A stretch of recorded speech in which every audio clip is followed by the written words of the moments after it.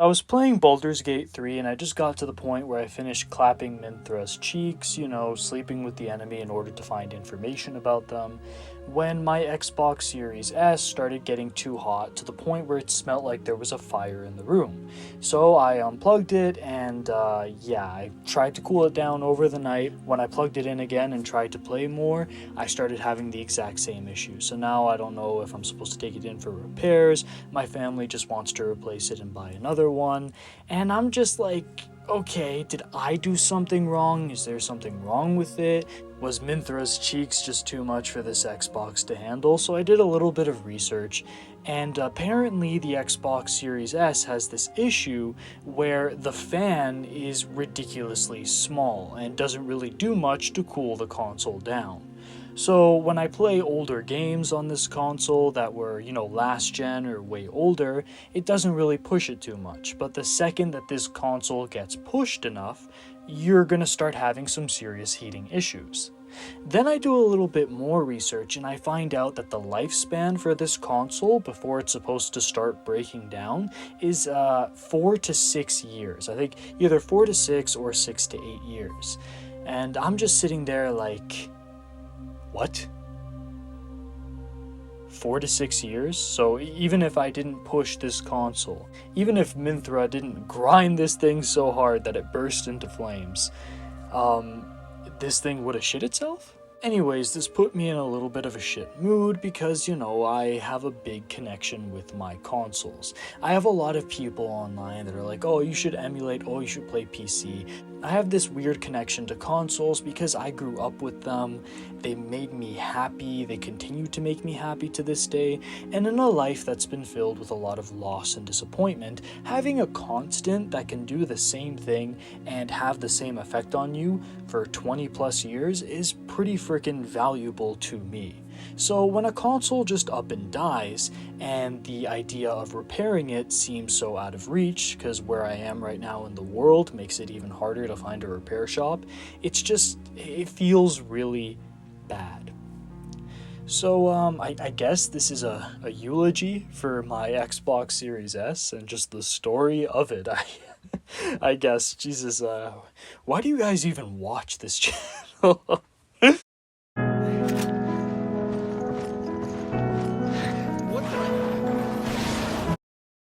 So I got this Xbox Series S back in 2021 after I managed to finally make it back to my family after spending 2020 away from them. Now, for some people, I know staying away from your family for a long time is a normal thing, but in my family, if we don't regularly see each other like every couple of months or so, it's really weird. It's out of the ordinary. So being away from my family throughout all of 2020, having good and bad experiences and not being able to share it with them, felt really shitty. So finally making it to the island they were living on at the time felt really good. And it was just happy times all around. I got my brother Persona 5 and he booted that up on his PlayStation 4, and I remember falling asleep to him playing it, and that was just a vibe of a time. Now, things were going really good. I was there for a while. I think I was there for about like a year because COVID was still at a point where you couldn't really move around or fly around sort of thing. But while I was there, I started to miss Halo 1 because I didn't have any kind of Xbox there. And I remember while I was in a different country during 2020, I visited a family friend's house and they had an Xbox One. And on it, they had MCC. And this was the first time I had been exposed to playing Halo online, but not just that, being able to play Halo CE online and experiencing maps and weapons and features that I had never experienced. Now keep in mind, Halo Combat Evolved is my most favorite game of all time. Big surprise, I know. And being able to experience this in a whole new light with features I've only heard of was insane for me and really made an impact. So I was interested in getting a new Series X. I wanted to get the X because I'm all about, having a lot more physical copies than digital. There is a place for digital games, and I'm probably going to talk about that in a Q&A more so in detail. But for now, I wanted to get the Series X, but there were issues with importation, and scalpers were still really a big problem at that point, and my mom managed to actually get me a Series S. Now this was a Series S that came with a European cable, so I had to get an adapter for it, but it was so cool to have. I instantly got MCC and started playing Halo. I played Halo 3 online. I played Griffball for the first time. I played Halo 2 online. And I finally, again, re-experienced those experiences that were so new and fresh from 2020 on my own console at home whenever I wanted. It was really freaking amazing. Then I also started playing Resident Evil 3 Remake. Now, Resident Evil 3 Remake, again, that's something I first experienced while I was in that other country back in 2020, and I was playing on somebody else's PS4, just the demo. I literally played the demo for this game countless times over and over and over again for an entire year. So grabbing the actual full game on this Xbox was really cool, and if you've been around this channel for the past 2 to 3 years, you've probably seen a lot of content or a lot of footage that has to do with Resident Evil 3 Remake. This is one of the few games ever that I've 100%ed. And by 100%ed, I mean I've done every achievement, got an S rank on every difficulty, found every little discoverable, every piece of dialogue, everything to read. I have done everything this game has to offer, and that includes purchasing the extra costumes, which should have been unlockables in the game at launch, or just, there as a non-monetary gain. If you're gonna have outfits that you have to pay extra for, they should be these really kooky, out-of-place things that are there after you've unlocked everything, but again, that's a topic for another video. Anyways, I love Resident Evil 3 Remake, and those early days with my Xbox Series S were filled with me just playing a shit ton of this. But again, for those of you who have been around for a couple of years, you'll know that I used to make a lot of content with the original Warzone. Now, if you were around for when I did that video on the Farah 83 and talked about the real gun, how it was made and everything that went down with it and how it was in Warzone, like one of those really old Pliskin Picks videos, if you were there for that, leave a like and comment down below, and thank you for being around for so long. But yeah, I was playing Warzone, playing with friend groups and people that I don't really talk to that much anymore. I was playing Resident Evil 3 Remake, I was playing Halo in ways that I had never played before, and then I tried out Titanfall 2 on Game Pass. Now, Game Pass at that point there when I first got the Xbox was exciting because I had never been a part of any kind of subscription service. I had barely even played games online. So being able to try out all these games that I've heard about without having to pay full price was pretty freaking amazing. I got Titanfall 2 and was blown away by it. One of the best first-person shooter campaigns I've ever played. Movement controls that are as smooth as butter.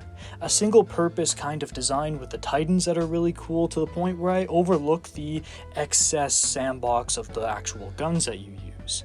The multiplayer was fantastic, having modes where you have AI battling each other while there's PvP going on, going from being a super fast pilot to a super slow and heavy Titan, super freaking cool. Boss fights, crazy multiplayer, crazy campaign, multiple different classes, abilities, ways to play, customization.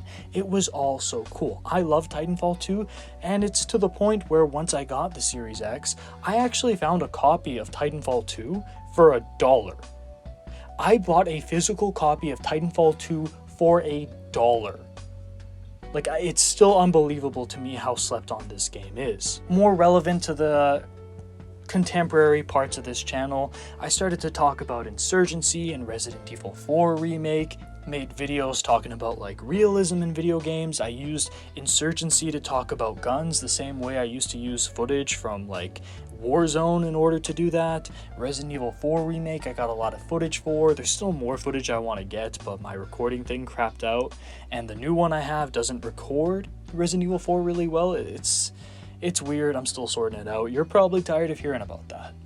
But there's just been so many different games and so many different time periods in my life, épocas, in which I could just place where I was, the experience I was having, the content I was making on YouTube.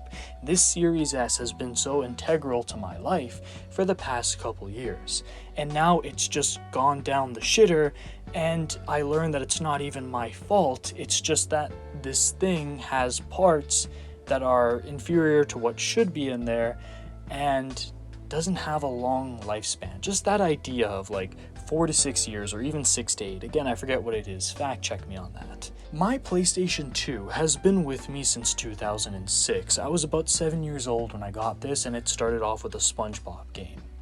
Here I am, almost a full 20 years later, and I am still experiencing new games on my PlayStation 2. I recently beat Silent Hill 4 and had so much fun with this from beginning to end. There's so much going on there. Eileen is an amazing character and an amazing escort quest. Walter Sullivan is a perfect Silent Hill villain, and I like how it tries to innovate on the series. Of course, the weakness is still the level design and the combat, but there's so much here that was a step in the right direction. There's games like Haunting Ground that are super rare and hard to find, and once I got it, it ended up being one of my most favorite games, and I've played through it probably close to 8 times now. There's classic games like the wrestling game and Star Wars Battlefront 2 that I play over and over again on my own or with someone couch co-op right next to me.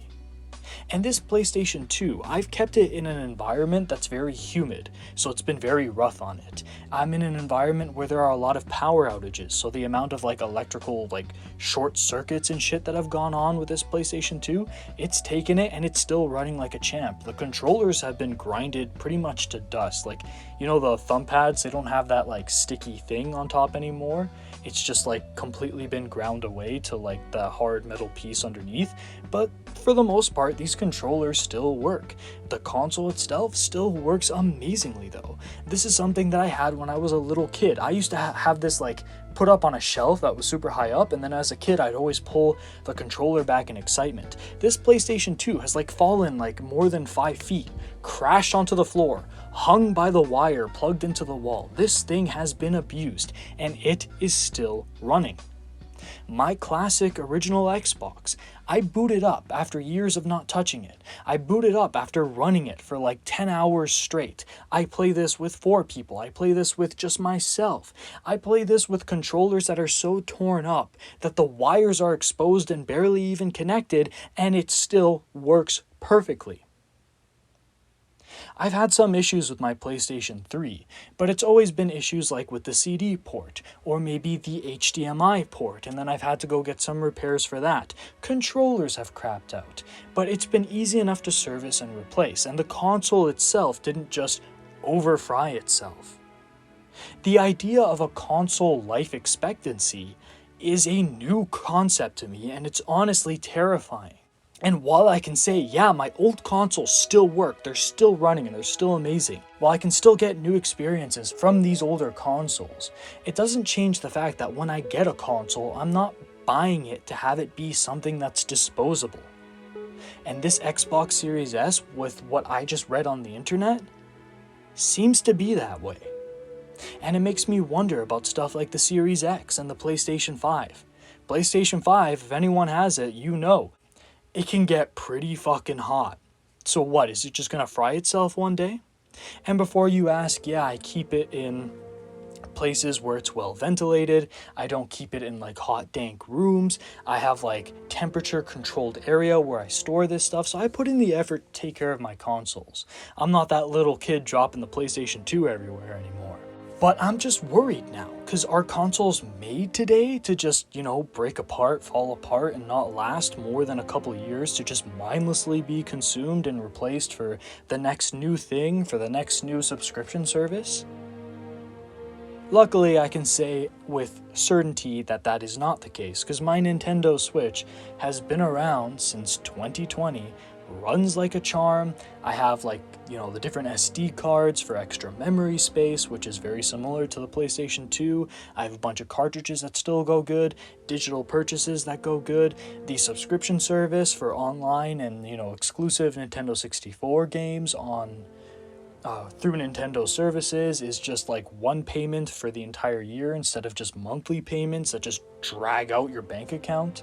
The controllers for the Switch, there's some weird situations in which the controllers, if there's something blocking their view of the Switch, they disconnect sometimes, or they might be unresponsive, there might be random bits of drift, but for the most part, I have one Joy-Con that has had hot chocolate poured into the thumbstick area inside of the controller, and it's one of the best working Joy-Cons I have.